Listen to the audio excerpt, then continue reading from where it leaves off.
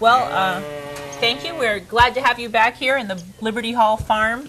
We're on Bennett Road in Durham, and we raise sheep to produce yarn and other fiber products.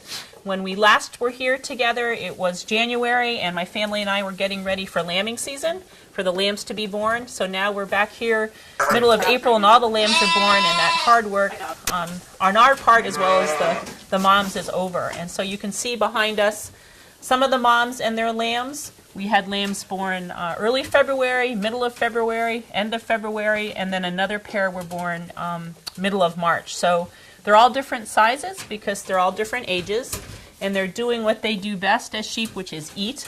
When we were here in January, we talked about lambing and getting ready for lambing season, and that's a really exciting season for shepherds, but it's a lot of work because there's always that unknown about how smoothly things are going to go. Every mom in here had a multiple birth. So every mom produced either twins or triplets, which is common for sheep. The triplets, ewe lambs that we had were born on one of those rare cold nights we had this winter, and the mom had a tough delivery. I think all moms can sympathize with that. But it resulted in us being required to bottle feed those lambs.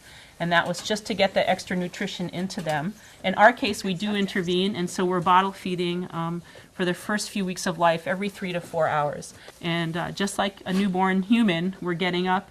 In this case, we're coming down to the barn, and we're feeding these sheep bottle-fed formula. And it can be a cold, dark night, and but my husband and my son realized that all you can picture in your mind are these beautiful young lambs who are really hungry, and that motivates you to get up and get your winter clothes on and head back down to the barn. So we're actually this time of year just getting ready for weaning. Typically lambs nurse or are bottle fed for about 8 weeks, and so the 3 lambs that are in here being bottle fed are having kind of a rough week this week. They're getting, we're cutting back, so no more lunchtime bottle. They're only getting 2 bottles now where they were frequently getting 4 or 5 because they're eating enough grain, they're getting enough hay.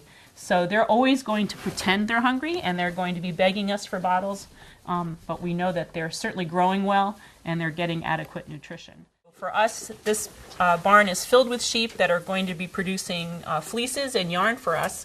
And so for that reason, we have a couple of different breeds here. The white ones that are here are a Romney breed, and they're a long wool breed. You can see the white mom and her 2 twin daughters that she had, the white ones. Those were the first ones born this year in early February. And then we also have next to her a dark Romney. So Romney sheep come in a variety of colors, and we've worked over about a dozen years to raise sheep with all different types of fleece colors so we can produce yarn that's not dyed. It's the color of their fleeces.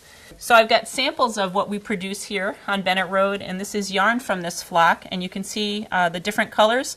Obviously the white yarn is coming from the white sheep. The silver yarn is coming from the sheep that have that gray and silver fleeces. We have black fleeces as well that produce a black fleece, and then we have a darker gray. And so all these are not dyed. They're just coming from the fleece, and that's something that we've worked to produce over a number of years, is different variations. And so we're proud of that, and I think we have a niche really in the farmers market community where people are attracted to not only is it locally produced yarn, but it's also not dyed. It's the color of the fleece.